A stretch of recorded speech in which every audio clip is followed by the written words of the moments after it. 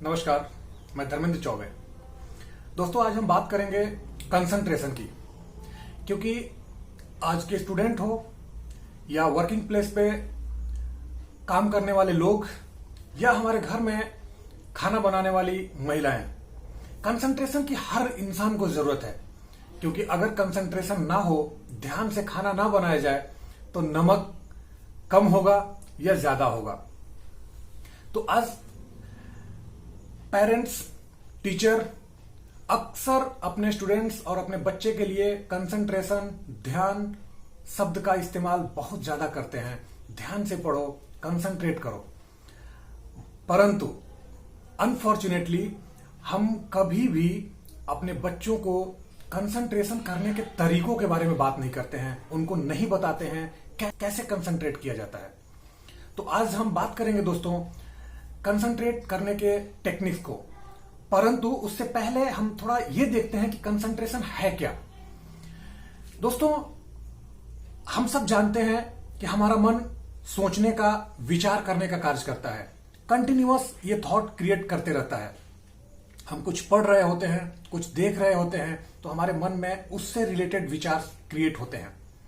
अब जब हम जो चीज पढ़ रहे हैं, अगर सेम टाइम हमारी बुद्धि, हमारी इंटेलेक्ट ने अगर उस चीज का इमेज क्रिएट किया या कुछ सुना हमने, अगर हमारी बुद्धि ने उसका इमेज क्रिएट किया, तो उस चीज को, उस इवेंट को याद करना हमारे लिए बहुत आसान हो जाता है और वो चीजें बहुत लंबे समय तक याद रह जाती है। यही है कंसंट्रेशन। इसका मतलब नटसेल में अगर हम बात करें तो कंसंट्रेशन जब हमारा मन और हमारी बुद्धि, मन विचार कर रहा हो और बुद्धि सेम टाइम उसकी तस्वीर क्रिएट कर रही हो, बना रही हो, तब हम ये कह सकते हैं कि मैं कंसंट्रेट कर रहा हूं, मैं कंसंट्रेशन में हूं।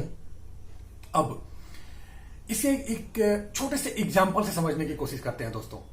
मैं कुछ वर्ड्स बताऊंगा, आपको उन वर्ड्स को सेम सीक्वेंस में याद करने की कोशिश करनी है। ध्यान से सुनिएगा ये वर्ड्स, और वर्ड्स पूरे होने के बाद उसे सीक्वेंस वाइज याद कीजिएगा, रिवाइज कीजिएगा। वर्ड्स है आम, बागीचा, बालक, आकाश, चिड़िया, वर्षा, पानी। रिवाइज करें अपने मन में आप इन सारे वर्ड्स को सेम सीक्वेंस में। मैं श्योर हूं आपको मुश्किल हो रही होगी, और अगर अभी शायद सेम टाइम आपने बता भी दिया, याद आ भी गया, तो मैं ये भी श्योर हूं कि कुछ दिनों के बाद आप जरूर इस वर्ड्स को या तो भूल जाएंगे या इसका सीक्वेंस चेंज हो जाएगा। अब इसको एक टेक्निक के द्वारा, जो कंसंट्रेशन है, मन और बुद्धि का एक साथ काम करना। अभी आपने इन वर्ड्स को सुना, सिर्फ अपने मन के द्वारा विचार किया कि ये बोला गया है और आपने भरने की कोशिश की।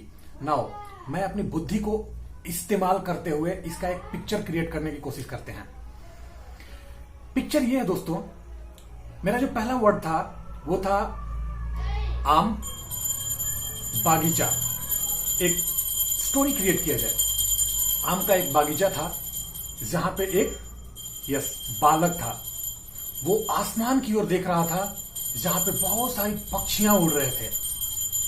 कुछ ही देर के बाद क्या आया? बारिश आया, और बारिश के बाद चारों ओर पानी ही पानी हो गया। अब इन वर्ड्स को सीक्वेंस में फिर से एक बार। बागीचा किस चीज का था? आम का, ऑब्वियसली।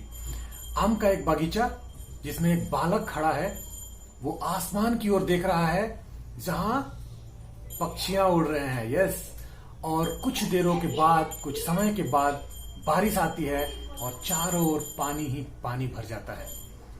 मैं डैम श्योर हूं दोस्तों कि अब कुछ दिनों नहीं, कुछ महीनों के बाद भी अगर हम मिले और मैंने जैसे ही पूछा कि बागीचा किस चीज का था, वहां पे कौन था, वो किधर देख रहा था, वहां पे क्या उड़ रहे थे,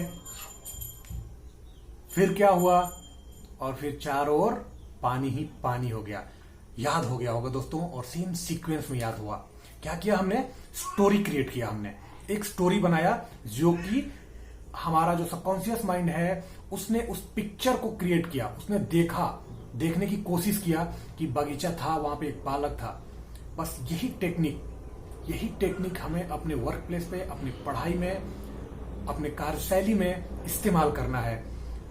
आसान है बट प्रैक्टिस करने की जरूरत है। कुछ दिनों की प्रैक्टिस के बाद आप इस टेक्निक को यूज करने के आदी बन जाएंगे और यकीन मानिए दोस्तों, कम समय में ज्यादा पढ़ाई, ज्यादा याद और लंबे समय तक याद, ये होगा इस टेक्निक को अप्लाई करने के बाद।